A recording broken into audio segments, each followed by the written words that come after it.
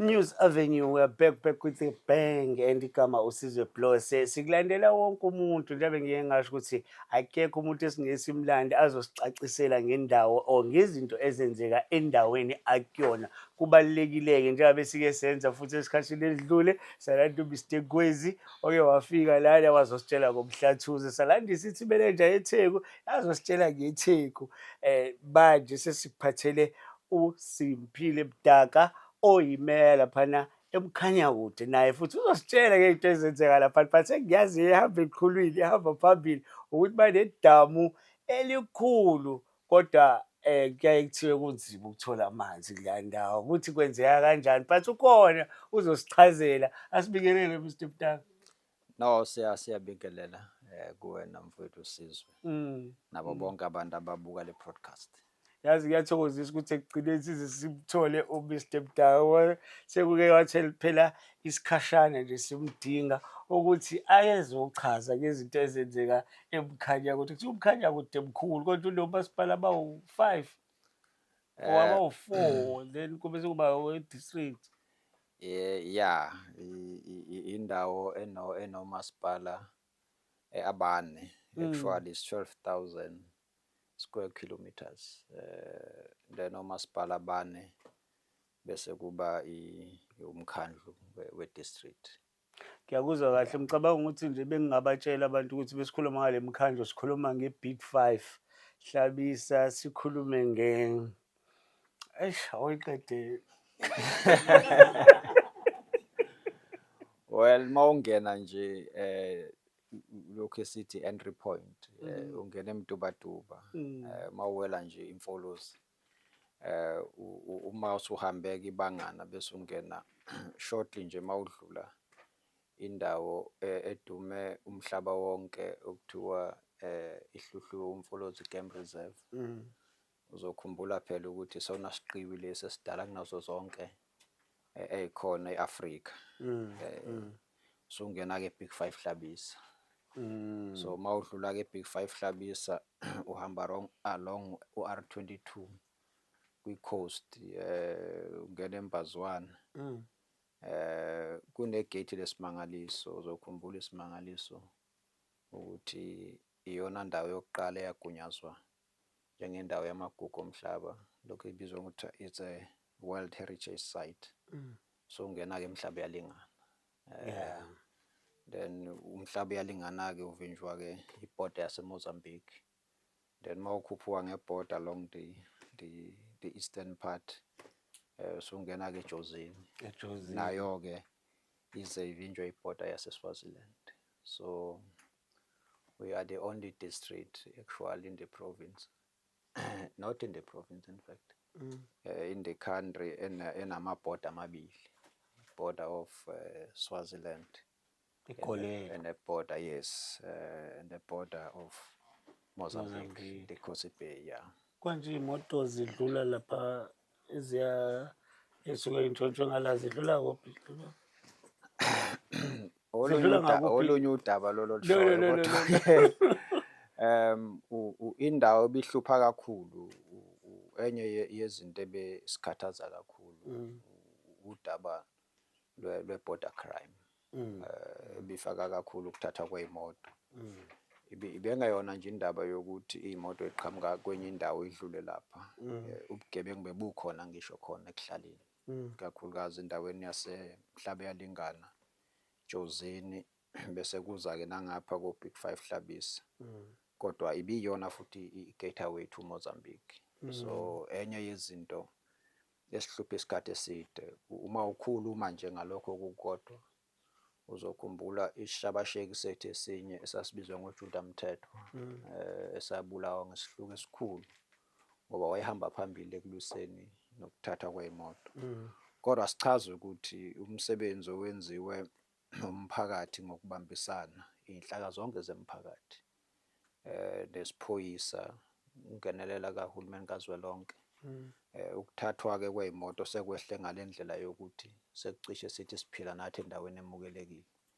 Kodwa ukhona nomunye umsebenzi owenziwe uhulumeni waKwaZulu Natal through i-Department of Transport yokwakha lezi ndongo ezibizwa ngama-Jezza barriers. Noma ingakafiki-ke la sifuna zifike khona, kodwa kulezi ndawo bengama-hotspot zenza umsebenzi omkhulu ukuthi zikwazi ukuvimba iy'moto ebeyiphuma kuloya mncele ibheka eMozambique. Yeah, kuyathokozisa. Sisahleli naye Mr Mtaka oyimeya laphana eMkhanyakude, but angikusho lokuthi uphinde abe u-deputy convener we-ANC la esifundazweni, aphinde futhi abe uhlalo wayo. Last time I checked, angazi phela izinto zibuye zishintshe. Ziyashintsha noma ngabe usayimenshini izinto ziyashintsha. Awuzoyiqedela-ke ukuthi isihamba kanjani, but izinto yishintshile. Mina ngimgcine ewuhlalo ngale, ephinde futhi abe yimeya. Angazi-ke bathi bayadeployana laphana kuKhongolose, ukuthi baphinde bamdeploya kwenye indawo futhi. But Mr Mtaka, ake sikhulume ngale nto le exaka abantu abaningi, especially abangahlali lapha, mhlawumbe abahlala laphana bayi-understand-a kangcono. Thina siya ngokuvakasha, sithole besiye laphana kuleya hotela leli elihle, sengikhohlwe igama lalo. Lapha eTiger Lodge. Yeah. Uye laphana eTiger Lodge. Ubone lihle idamu le. Uthi bonyukela ngaphezulu uyodlula ey'ndaweni zakobantu kuthiwa amanzi awekho. And then ubusuyahluleka ukuthi uharmonize the two. Yabona kwenzeka kanjani Mr Mtaka, umuntu okhona futhi owengamele leya ndawo? Mhlawumbe asiqale ngalo nje idamu.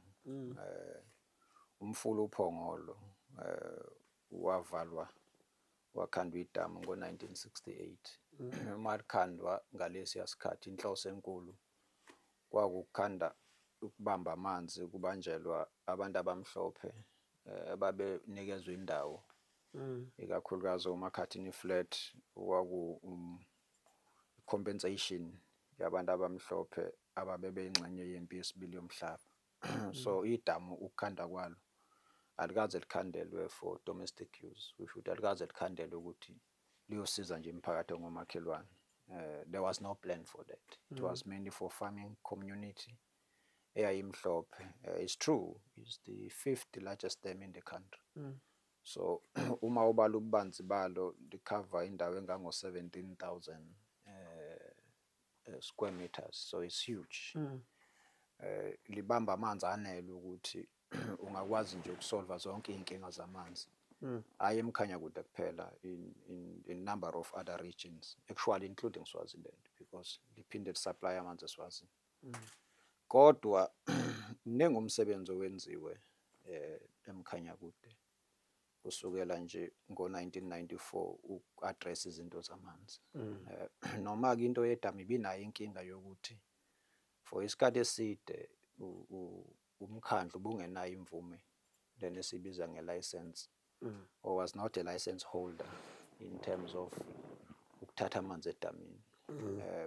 Uma kunenye into mhlawumbe singathi sikwazi ukuyisheshisa kule term of office, ukuthi ngonyaka 2022 sakwazi ukuresolve wonke ama-issues, kakhulukazi ne-Department of Water and Sanitation. Yazi usakhuluma kanjalo, useza nayo kanjalo. I'm reminded of uMacingwane, yabona uSenzo Mchunu. Yes. Owayesebenza kakhulu indaba yaseMkhanyakude, esewuminister wakwa-water. Yes. In fact, ukuresolve into ye-license kube ngesikhathi sakhe se-office. So we have resolved the issue ye-license. So sinelungelo elanwele lokuthatha amanzi edamini. Of course siyawakhokhela ngoba it's a commodity ka-government, national government. Awasekho kumlungu othize manje? No. Une-license yakhe naye for farming. Nathi we have our own license. So asihambi through omunye umuntu masilanda amanzi. Sinemvume nje yokuthatha amanzi. Not only in fact eJozini. Sinemvume yokuthatha amanzi even eHluhluwe Dam. Because I'll come to that. Ngoba kuye kukhanjwe isithombe engazathi the only source ekhona yamanzi kwi-district ise-Jozini Dam. Akhona amanye ama-source. Kodwa i-Jozini Dam it's more of a national asset, so vese izoba kwi-spotlight. So enye ye-milestone iyo leyo ukuthi we have a license since 2022. Kodwa mningi umsebenzi owenziwe uku-address into yamanzi. Uma ufuna uku-address into yamanzi, into yokuqala oyidingayo ila uzothatha khona amanzi. Kusho ukuthi i-source. Yeah. So once usunayo i-source, the next thing ukuthi-ke wahlanza kanjani amanzi. Kusho ukuthi into elandelayo ukuthi kufanele ube ney'hlanzi manzi esiyibiza nge-water treatment plant. So uma ubala kumsebenzi owenziwe over the past 10 years in terms of building ama-water treatment plant, I can tell you now ukuthi the past 10 years we have built ama-water treatment plant that amount to about 70 million litres a day. Kusho ukuthi sikwazi ukuhlanza amanzi in the past 10 years akhandiwe, sikwazi ukuhlanza amanzi awu-70 million litres a day. U-40 wala wakhiwe endaweni yasejozini. Khona indawo okuthiwa just outside the dam okuthiwa uThobothini. So there sine-purification plant ewu-40 million litres. Kusho ukuthi-ke manje unalo idamu, usunawo amanzi okwazi ukuwahlanza ngosuku awu-40 million litres. So the next step-ke manje ukuthatha la manzi usuwahlanzile-ke uwasabalaliseke ukuze akwazi ukufika amakhaya ngamakhaya. Eyesibili i-plant ekhandiwe ngale period i-plant esendaweni yaseSikhemelele, which is also along the banks of idamu lasejozini. Yona-ke it's almost 30 million litres a day. It's actually 29 million litres a day. So then we have resolved one part in terms of clean water. So now amanzi manje along the dam over the past 10 years are almost 70. So the next step ke manje has been to make sure that uyawahambisa amanzi, uyawasabalalisa. Uyabona-ke umuntu onamanzi wena Blos akasho ukuthi nginamanzi. Ngoba ngithi ukahle unamanzi. Of course water is source of life. Umuntu ongenawo amanzi osenengxaki yamanzi uyena othi anginawo amanzi. So ingakho kwesinye isikhathi kuyageneralize kube sengazathi abantu abanawo nhlobo amanzi. Yeah, i-picture khona. Yeah, iyageneralize. Uyabona ake ngikubekele njengejozini. Along indawo ethinta idamu, uma ungena ejozini uphuma ku-N2 ungena endaweni okuthiwa isemajozini. Uma ungena nje uWard 21 siqedela kumsebenzi-ke lapho. Ngiyavuma for 30 years abantu bebengenamanzi. I think in the next 6 months that community izobe sinamanzi. Uma udlula lapho before nje ufike edolobheni kuseyiphakathi ka-Ward 21 indawo ethiwa isemachibeni. Ngonyaka odlule sibadedelela amanzi ahlanzekile. Cabanga ukuthi kwa-benefit abantu abacishe befike ku-7,000. Manje le ndawo oyibalayo kuyongena eTiger Lodge lonke idolobha ijozini wehle seku-Ward 7 uyongena e-mall seku-Ward 6 uphuma uwela idamu yangaphesheya seku-Ward 8 uqhubeke seku-Ward 9 all the way to Ward 12 eBhambanana. Yonke leyo mizi imajority yaleyo ndawo over the past 4 years we have resolved into yamanzi. So yonke leyo ndawo ngikhuluma nawe inamanzi. It's 2 types of project of course akhona. Kukhona le kuthiwa ama-house connection kusho ukuthi amanzi abantu bawathola emakhaya. Kukhona le kuthiwa i-RDP where abantu abawathola through ama-standpipe 200 meters and so forth. So uma ubala ugibela kule minyaka edlule engithe ama-plant akhandiwe siyawa-expand amanye manje bese ubala nomsebenzi esiwenzayo njengamanje. I can tell you ukuthi ijozini alone I think we have covered almost 70% of the population in terms of water provisions. Zikhona-ke indawo esazoba nayo inkinga yamanzi, ezinye idalwa ngokuthi mhlambe sakhanda uhlelo oluthile lokufaka amanzi ngesikhathi esithile lolu olwe-RDP kwase kunyuka inamba yabantu.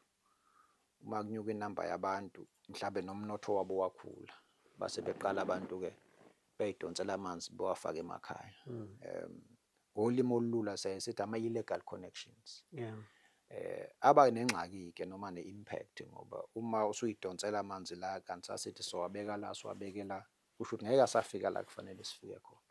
So enye-ke inselele esibhekana nayo kodwa umbono wethu ukuthi kufuna sisebenze ngokuthi what we call illegal connection we must formalize it. Ngeke si-encourage abantu beyixhumele emapayipini ngoba kuphazamisa umgqiqo wamanzi. Kodwa funa ngakolunye uhlangothi ukucabanga ukuthi vese amanzi ayisidingo, the ultimate goal. Yabona eMkhanyakude imizi siyonke imizi emakhaya i-132,000. Kusho ukuthi iplani yethu ekugcineni funa kube ukuthi sizoba nompompi at least around 132,000 because the ultimate goal ukuthi umuzi nomuzi awube namanzi emakhaya. But that's work in progress. So into engizama ukuyibeka njengamanje ukuthi there's a lot of work that has been done, that is being done ukuresolve lama issues. Enye i-advantage esibe nayo ukuthi we have partnered with Umngeni Uthukela just to fast track some of this work. So ngakutshela njengamanje ukuthi honestly ayikho indawo enenkinga yamanzi esingayisebenzi as we speak in terms of trying ukuthi sisheshise ukuthi okungenani asivumelaneni ukuthi akekho umuntu okuthiwa kusafuna aphuza amanzi nezilwane. Njoba ngichaza isoso yokuqala ile yokuthi akube nompompi ekhaya, eyesibili akube ne-standpipe, eyesithathu okungenana kube ne-system esiyikhandile ukuthi abantu basahamba ibangana kodwa amanzi bawathola kumpompi, akekho umuntu okuthiwa usathola amanzi waphuza ney'nkomo. Ngikhuluma ngejozini yodwa lapho. So uma ngakuthatha ngushonise eMtubatuba, izolo besisebenza endaweni yakoMfekayo, kusho ukuthi uma uphuma nje idolobha uMtubatuba uhamba ngo-N2. Eminyakeni edlule senza umsebenzi omningi kuleya ndawo, sisenza i-network. Le ndawo yakoMfekayi-ke yona ithola amanzi kumfula iHluhluwe. So besinesihlanza manzi besihlanza amanzi acishe abe u-3 million ngosuku. Sesinyusile-ke manje sihlanza u-5 million ngosuku. So besikwenza izolo-ke manje besiletha unkontileka ozonyusa amandla amanzi ukuze amawodi aku-N2, kuward 17, 18, 19, 20, 21 up to 23. Uma kufika inyanga eziwu-15 kusukela manje sibe nalento okuthiwa it's a reliable provision of water, kungaphuziswana, angashintshwa amanzi ngapha aphinde ashintshwe ngapha. So mningi umsebenzi owenziwe futhi mningi umsebenzi owenziwayo ukuletha isimo sokuthi angabikho umphakathi esithi ngempela namhlanje awukwazi ukuthola amanzi ahlanzekile. Kodwa uhamba ney'nselelo lo msebenzi. Njengoba ngisho ngithi omunye iy'nselelo ey'khona yiyo le yama-illegal connection. Kodwa enye inselelo eyikhona ukuthi khona indawo nje okade zaba namanzi. Okufuna ukuthi uthi ubheke le uzama ukufaka amanzi ungakhohlwa ukuthi fanele uyo-maintainer. So ngoba enye inkinga edala inkinga yamanzi ukuthi ungayi-maintain kahle inqalasizinda yakho, your infrastructure. So you must balance the two. So it's a lot of work owenziwayo. Ngingakuthatha umasipala nomasipala in terms of what we are doing. Kodwa let me give you future plans, which is a master plan, which I think is a very solid master plan. If wazi kahle uMkhanyakude, we are saying kwaShemula sihlanza amanzi almost 30 million ngosuku. So we-process manje sesiwaqedile ama-design yoku-upgrade le ndawo yakwaShemula isesikemelele. We want to upgrade that plant by another 30 million to 60 million. So design have been done, Water Affairs has committed to invest on that. If you do that, you are going not only to resolve issues of around Skemelele and Nendumo, but to resolve onke ama-issues as the eastern side of Umhlaba Uyalingana. Uthobothi lolo ngithi lurana 40 million liters ngosuku, what we call 40 megaliters. We are starting now to upgrade it to another 40, which is going to be 8. We'll start with 10 in this financial year. That will then, once you push it to 40, it's going to be 80. You'll resolve all the issues, not only of Josin in terms of reliability, but you'll resolve the issues of the southern section of Umhlaba Uyalingana koMbazwana, but all the way of the northern section of Big Five Hlabisa, indawo zakoMnqobokazi, koMduku and so forth. Lezo ndawo ziyawathola amanzi njengamanje. kodwa ngeke uthi ukwathola kwazo into ongakwazi ukubuka ukuthi ikusasa lakhona limi kanjani. Ingakho sifuna ukusebenzisa idamu lasejozini libe i-permanent solution kulezi ndawo engiyibalayo. Already uma uya endaweni yase-Big 5 Hlabisa koNhlwathi la uMacingana osuka khona koMpembeni, uMinister of Culture manje asuka uMacingana khona. usuke eNhlwathi. Yes. No wonder. No-Minister wakaCoct usuka eMpembeni. So Sekuzothi no wonder ayisukumela kakhulu yeah, le.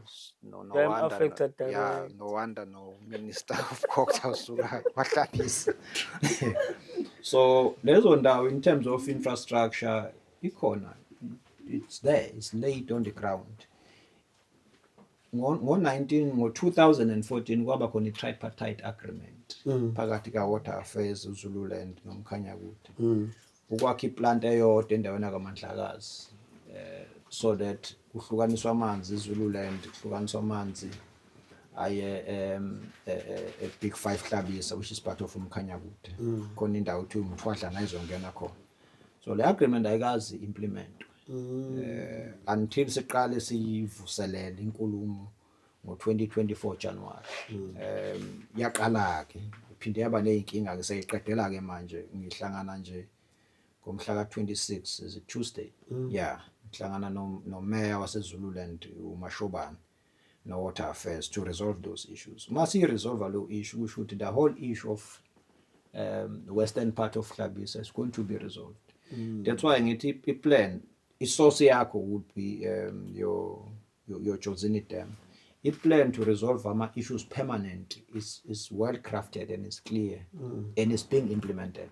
You know, akusekho question yamanzi eMkhanyakude yokubamba ikhanda ukuthi sophuma kanjani la. It's a question of implementation. And the way ama-design acraftwe ngakhona, ama-design that are resolve ama-issues of the next 50 years. So akuyona question yokuthi, let me give you one example.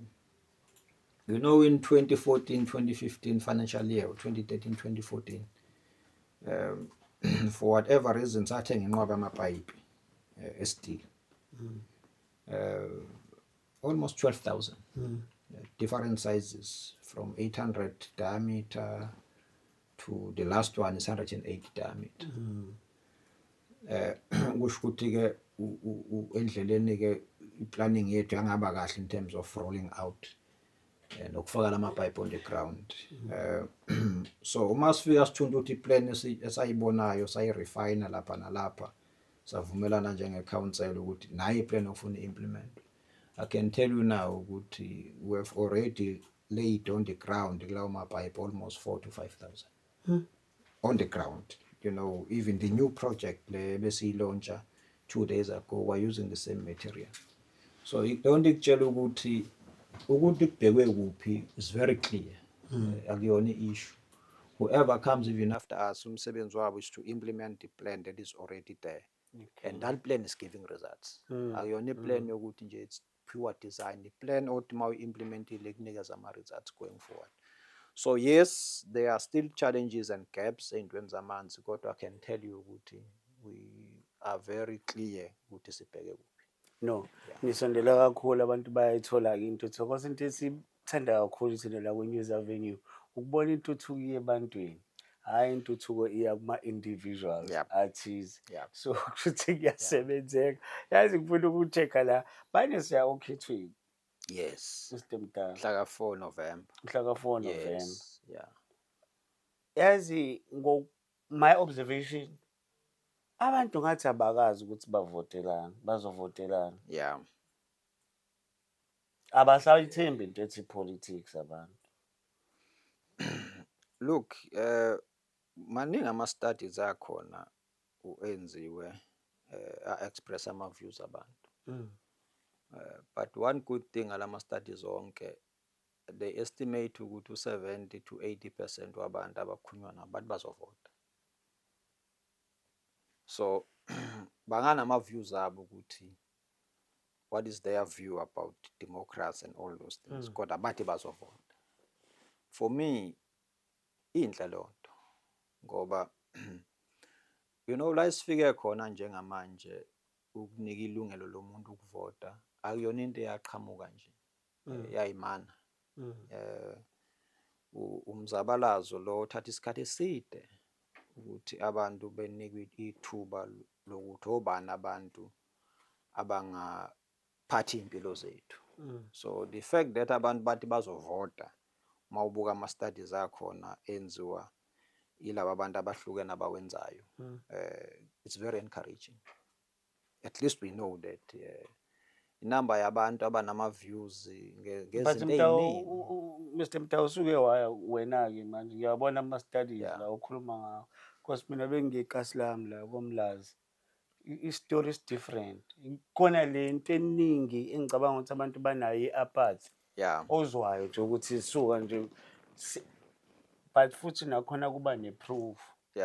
Umzabalazo before wawu-alayineka ney'nhlangano zepolitiki, but manje usubona lama-civil society eblosoma kakhulu, the likes of March and March. Understand?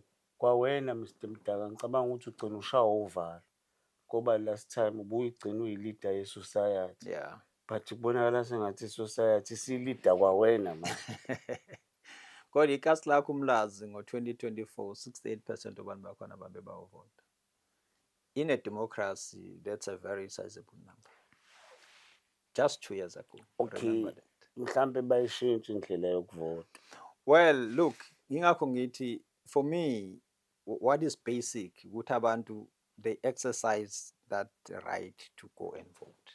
So it doesn't matter ukuthi bavotele. That's another discussion. That's very fundamental.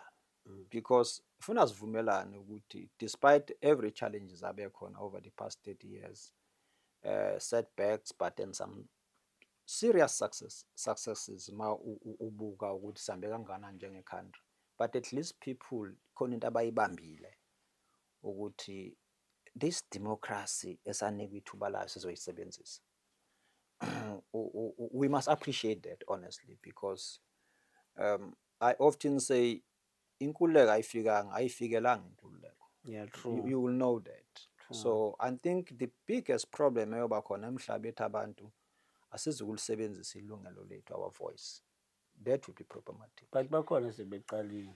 Yes. But ukukhozwa yini Mr. Mdaka, I think uzongicorrect bengi-wrong. Kukhozwa ukuthi banikiwe abani ilungelo lokuthi baphathe. But bahandlisha i-power carelessly. To extent ukuthi even lezi zinto ebeni-campaigner ngazo kubantu kubanye zijike zawo umdlalo. I don't think kuse-easy nokuthi ubuyele ebantwini upromise a better life, because kukhona inqwaba yabantu abathe befika bephethe. Kwaqobuka le nto bayibiza nge-patronage, self-enrichment, and the likes. Yangabe samthinta umvoti, Mr. Mdaka. Ibahlukumezile abantu leyo nto. Ngiyafisa nokwazi ukuthi uya kanjani lapha ekasi lami uyonoka uthi votelani mina. Yini le entsha ozoyisho abantu abazokwenza lokho banomsebenzi onzima, don't you think? Well, ukuhlangana kwezinto eziningi ezihlukene sinayo responsibility ukucacisa izinto. Kubalulekile ukucacisa izinto ukuthi njoba ngenza isibonelo ukuthi endleleni yentando yeningi kube nama setbacks. Kodwa funa sicacise futhi izinto ukuthi sambe ibanga engakanani in this democracy. Ingakho ngikhuluma ngento ecishe besasayenza ukuthi ilungile into eshiwo abantu, kodwa i-reality ukuthi kunikeza izinamba zokuthi ekasi lakho, by the way nami uMlazi ngicishe ngwazi. Angahlala lapha kwaJikajo ngisafunda isikole. Abantu bakhona ngo-2024 68% baphume bayovota. Uma ubuka umlando nje ama-trends okuvota in the world, u-68% it's very sizable. Uyawazi amazwe akhona ukuphuma kwabantu bovota inamba yakhona iphansi ngendlela esimangaliso. But number 2, uyawazi amazwe lakhona ukuthiwa kuphuma abantu abaningi uyovota kodwa uthola ukuthi i-democracy into engayakho. Mhlawumbe esinye seyitrend i-South Africa ekwazi ukuyenza, particularly the governing party since 1994 is to allow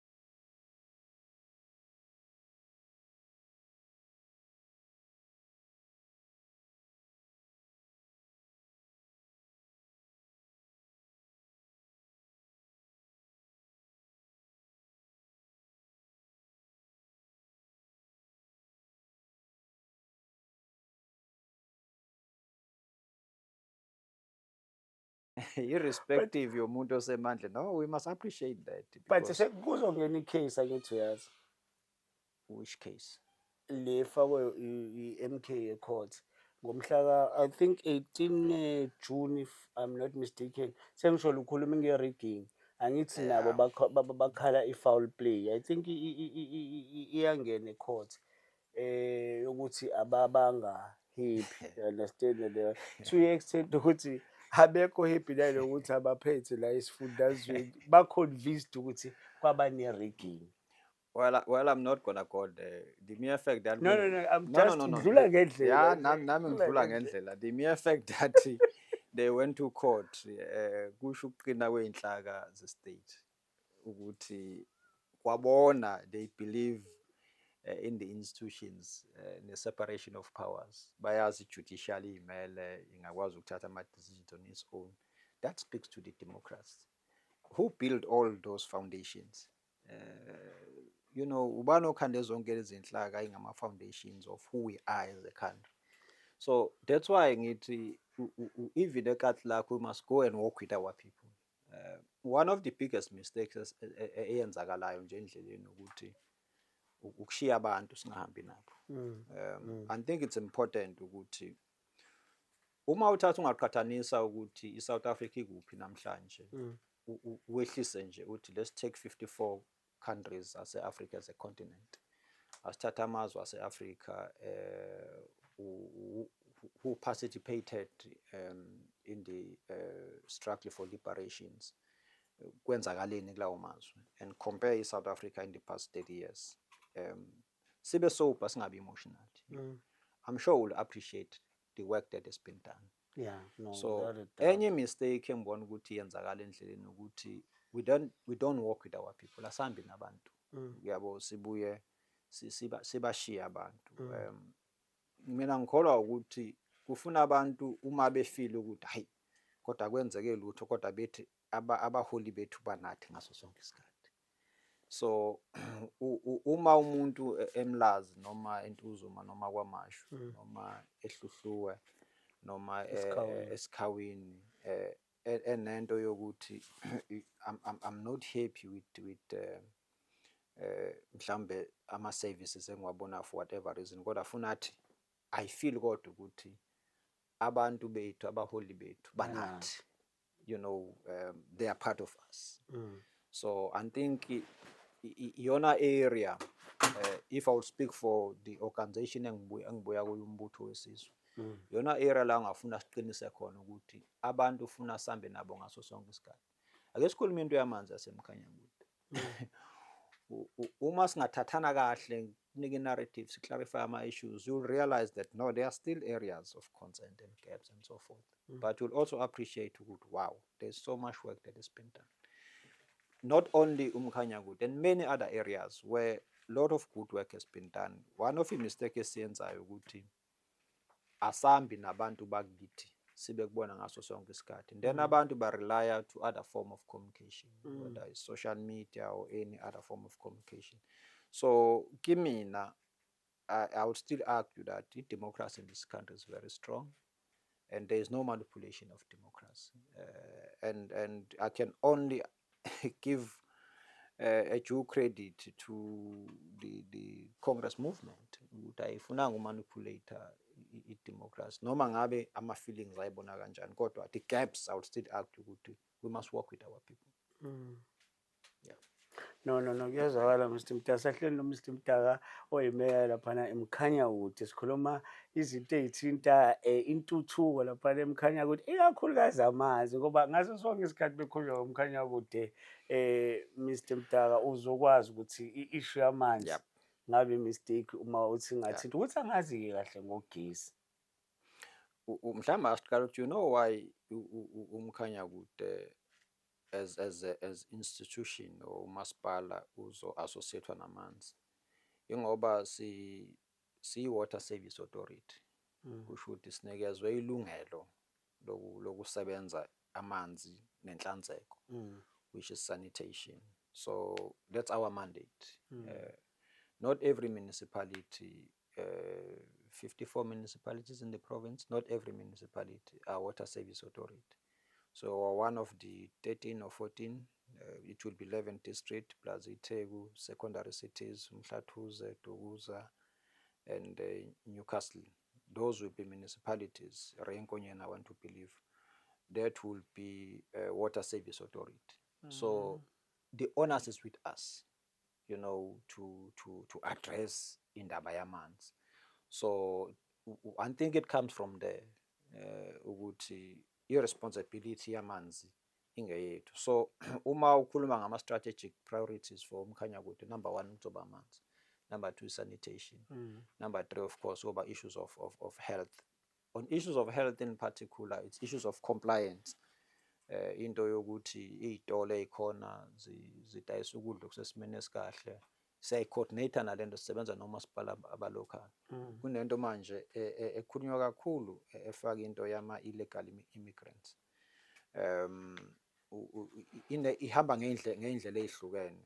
Inento yokuthi abanye sebangena ey'baza shop nasey'tolo esikhule sazi ukuthi iy'tolo zobanumzane nomama bakhona endaweni, yashintsha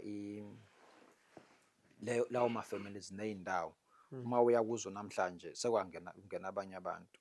So bese uzwa inkulumo ezithi hey, mhlambe lesa sitolo siyasebenza kodwa kudayisa ney'dakamizwa nokudla ongekho kahle. Umsebenzi wethu-ke nawo lo ukuhlola ukuthi ziya-comply ney'tolo, kodwa hhayi ukuthi sihlole iy'tolo okuthola ukuthi kungena abantu who are not South Africans. Yonke into ayisitolo umsebenzi wethu kungena sisihlole ukuthi ukudla esikudayisayo kusesimeni esikahle. It's part of our mandate.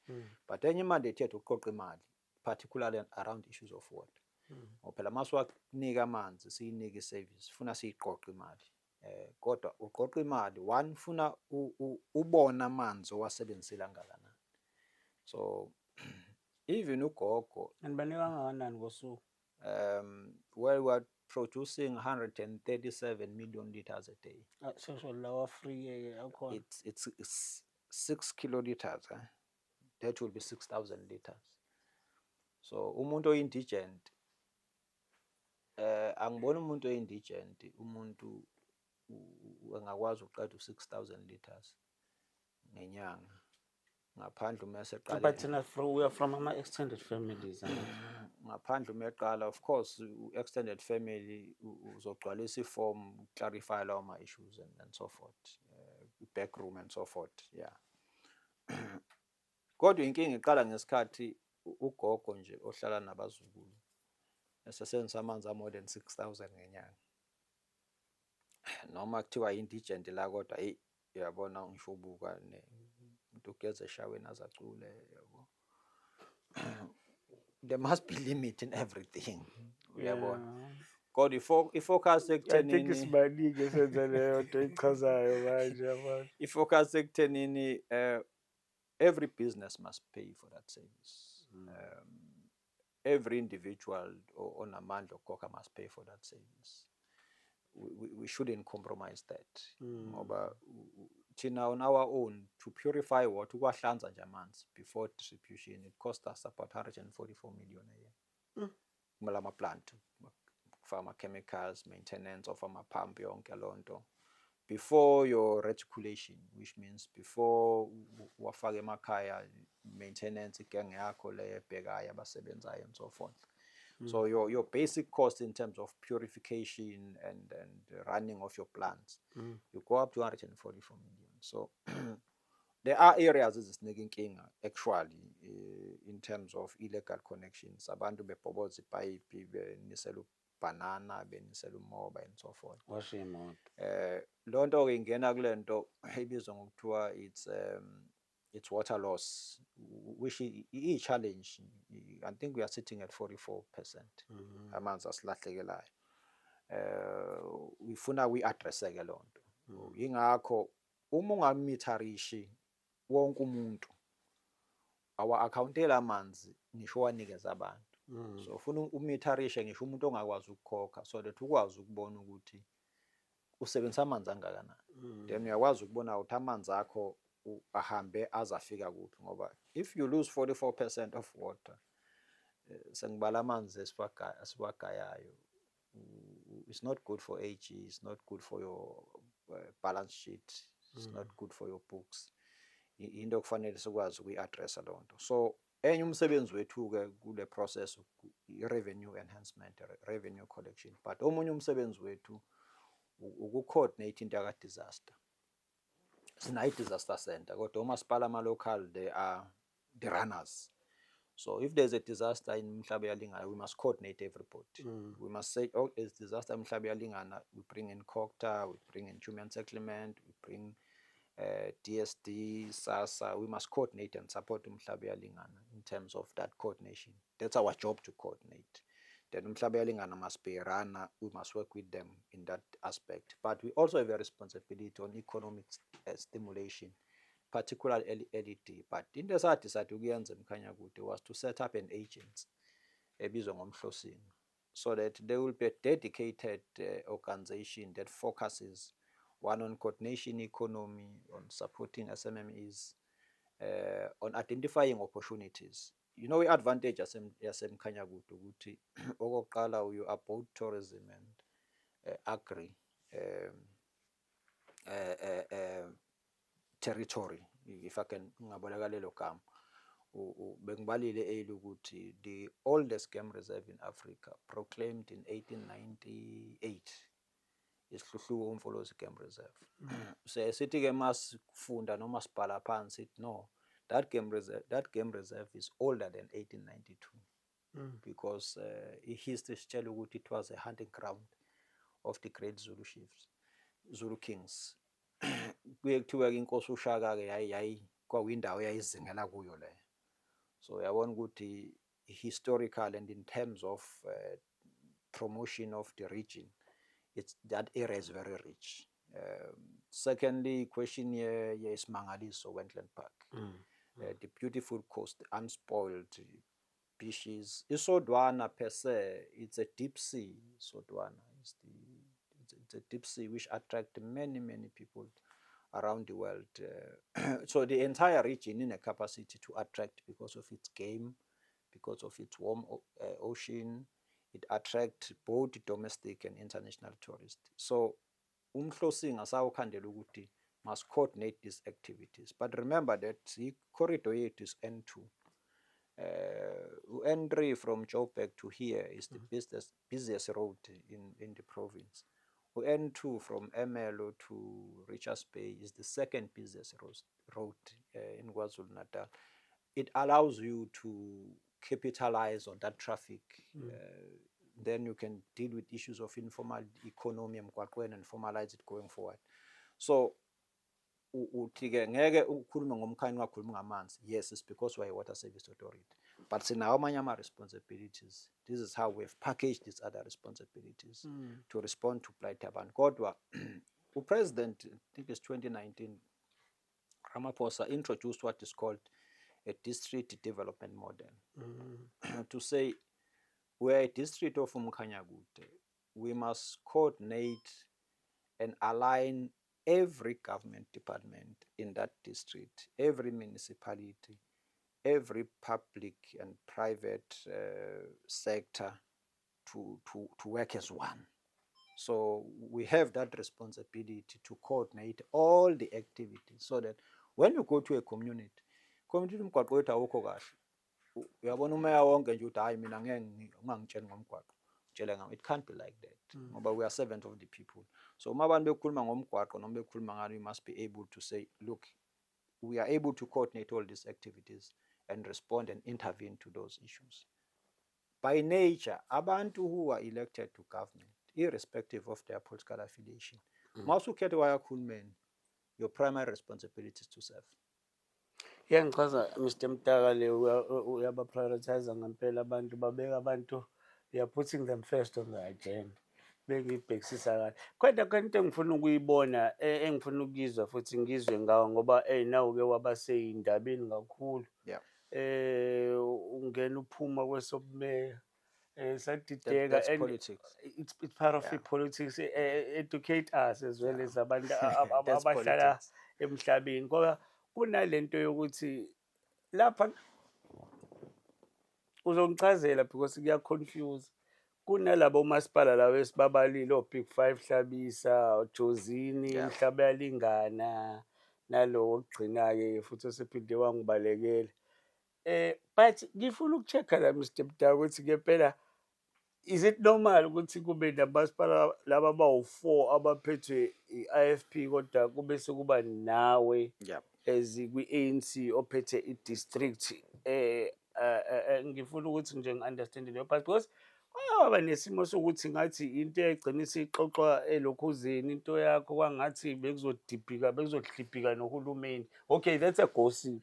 Wena uzokunika ama-facts wena alento eyenzeka noma sibuyele emuva, and then mhlampe before ngikuphazamise Mr. Mtaka uzobe usuyangitshela nje namalungiselelo-ke siya mhla ka 4 November laphana kakhulu koJozini ukuthi bathini, ithini ibuthi kubantu regarding ama-elections. Are they happy also experience i-apathy le esingeza experience before? Le abantu oyikhulumayo, I think enye into ofuna sonke siyi-realize ukuthi ukuphakamisela izandla uphakamiselwa ngabantu, so sila emseni wabantu. So umsebenzi wethu omkhulu, we are not perfect, we are human beings, kodwa umsebenzi wethu omkhulu kufuna kube ngempela ngabantu. Kufuna sikuthole kithi ukuthi umsebenzi wethu omkhulu abantu. You know, Harry Gwala enye into akayikhuluma kahle ukuthi enze statement mangemkhothe sathi abantu bawuThixo. Uma ungasakwazi ukuhlonipha uThixo yini enye ongayihlonipha? So kuma weaknesses angakhona onke, kodwa you must find within us ukuthi abantu laba abamela abantu ngempela. You know, kufuna sivume ukuthi mhlambe okwamanje sesesigabeni sama coalition government. They are very complex in nature. We must I know that there's a white paper on the management of coalition government, particularly local government, which the minister is busy with right now. Ngaphandle kwaleyo framework noma umthetho kusho ukuthi ukumanage coalition it's going to be a kind of a skill and an art. Manje emtubatuba akekho umuntu wawina umkhandlu ngo-2021. It was a hang. Kusho nje umkhanya kude unakho ukuthi nje uyathandwa. Akekho umuntu okhuluma ukuthi lapha emtubatuba zike zashintshana impela imeko, ngena uKhongolose, ngena iNkatha, ukubangwa nje ngoba it's a hang municipality. It remain a hang even today. Coalition led by the IFP. Mhlaba Yalingana, it's even worse because ANC has more seats. There, Mhlaba Yalingana, they have more seats. It's a hang municipality, but they have more seats. That's why I must kept my representative district. ANC has more seats than anybody else. So each district is okhandwa a combination of these municipalities. Each Ozini is not a hang, but numbers are very close, not Big 5 and stuff like that. So then each district became a hang municipality. Masaku hang municipality is a question of how you negotiate and stuff like that. So impumela yaphuma kanje. Oh, kwaba negotiated settlement. It's a negotiated settlement. So uma negotiated ke ungayibona into ukuthi namhlanje mhlawumbe umoya ushintsha ubhekele ubone umeya siyaphuma sekunjani. So sikuthatha ukuthi is a nature of the game. The only disadvantage ye-instability ukuthi it affects our people. Uhulumeni mengekho stable kuba nezinto service delivery yalimala that affects our people, and mhlawumbe ingakho endleleni we must find within ourselves ukuthi imphumela imi kanje. So how do we put our egos eceleni and deal with the fundamental issues? but abantu bayalibona iphutha labo abalenza. Well, look, elections are coming on the 4th of November. Sizobuyela kubantu sizwe sicela imandate sibakhulumise and so forth. Abantu bo decide on that one. Kodwa look, ufuna sibahloniphe nje abantu ukuthi okwamanje ba decide ukuthi mhlambe iyona ndlela ofuna nisebenza ngayo leyo.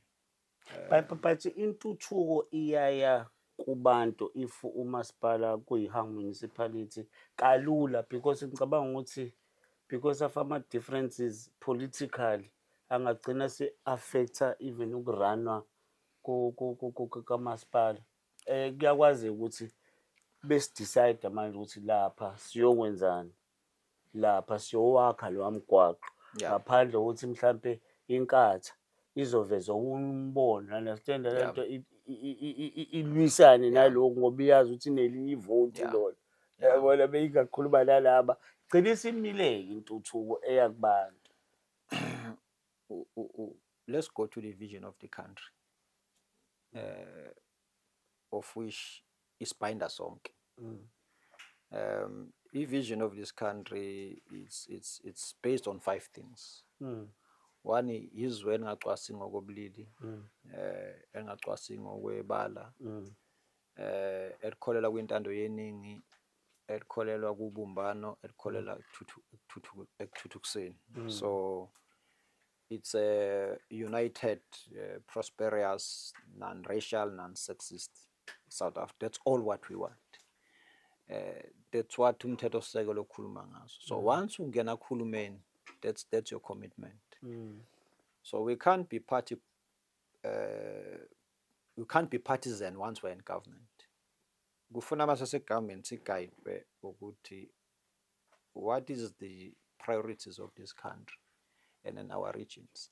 So ama ego ke lamanye Okushiwo i-semi house account. Well, i-semi house, the constitution is a product of semi house. So this constitution, it's a process of which semi house participated on it. It's a product of it. Okay. So I'm very loyal to the constitution because it's a product of the semi house, or it's a product of Letulu House. Of course, there were other views and so forth. So there is no way within Zongana government to be committed to the policies of this country, which are the product of my own organization. Unless ngifuna ukwenza izinto zami which are dodge and stuff like that, of which the semi house will never allow that.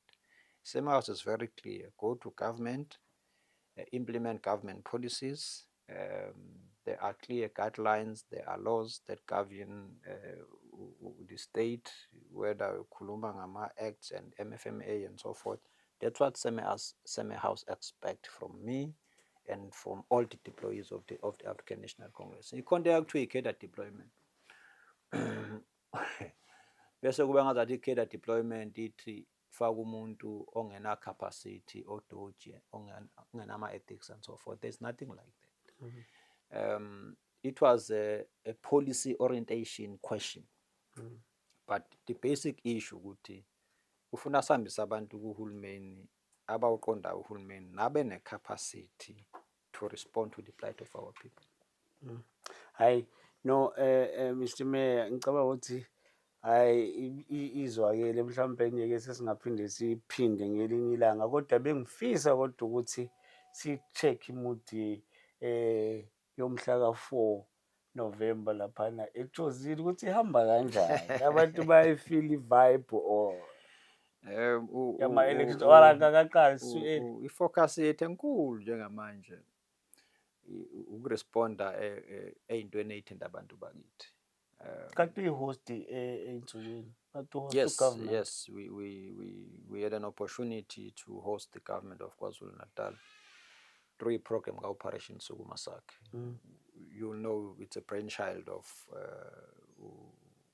Comrade Uzweli Mkhize.